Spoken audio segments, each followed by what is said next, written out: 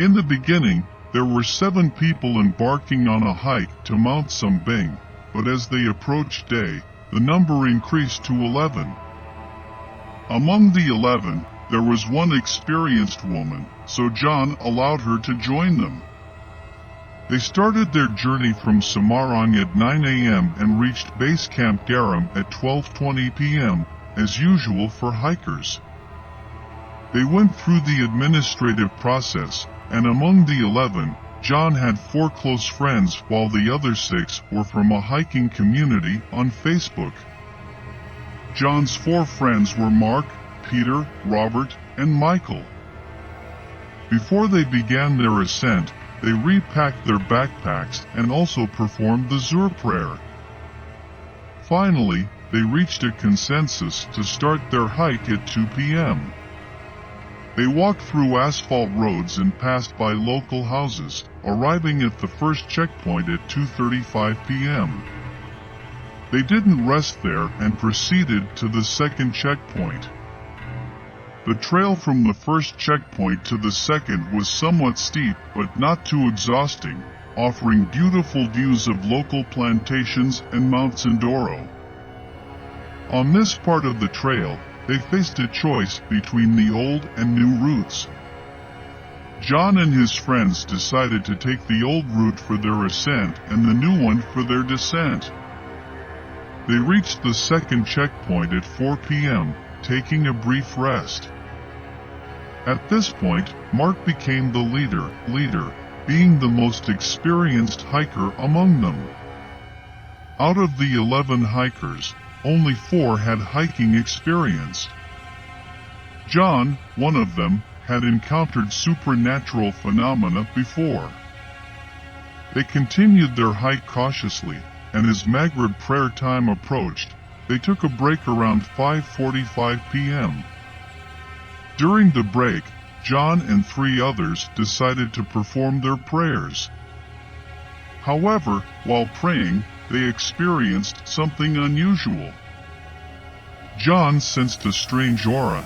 The air was hot, and a strong, sweet fragrance filled the surroundings. Moreover, John saw a massive, terrifying figure with long fangs and one of its eyes bleeding. Despite this unsettling sight, John persevered with his prayers. Towards the end of the prayer, they heard a whisper, "Be cautious, your companions have differing intentions here." This warning implied that one of their fellow hikers had ill intentions. They continued their journey and encountered strong winds on a 90-degree steep incline. John, who was at the rear, nearly fell and felt as if he was floating. However, he managed to hold on to a root and remained suspended in midair. Surprisingly, John did not fall into the abyss. When he closed his eyes in prayer, he felt a woman's hand holding his, saving him from the fall. Upon opening his eyes, John saw a beautiful lady who appeared royal, akin to a palace maiden. She held his hand, and John thanked his Savior. He then continued his hike, reaching the third checkpoint at 12:15 p.m. There, the group performed a flag-raising ceremony. However, John suddenly felt dizzy and weak. That's when he fell asleep at the summit. In his dream, he encountered the same lady who had saved him before. She advised John to watch over his companions during their descent, as one of them harbored malicious intentions. John awoke, and the group descended. When they reached the 5th checkpoint, they encountered other hikers heading downwards. John noticed a familiar face among them. It was the lady who had helped him before. However, he wondered if it was merely a hallucination. After a while, John arrived at a village, but it was no ordinary village. He was greeted by beautiful maidens who led him to a house resembling a palace. Inside, John was treated with great respect and courtesy. He learned that he had entered a different realm.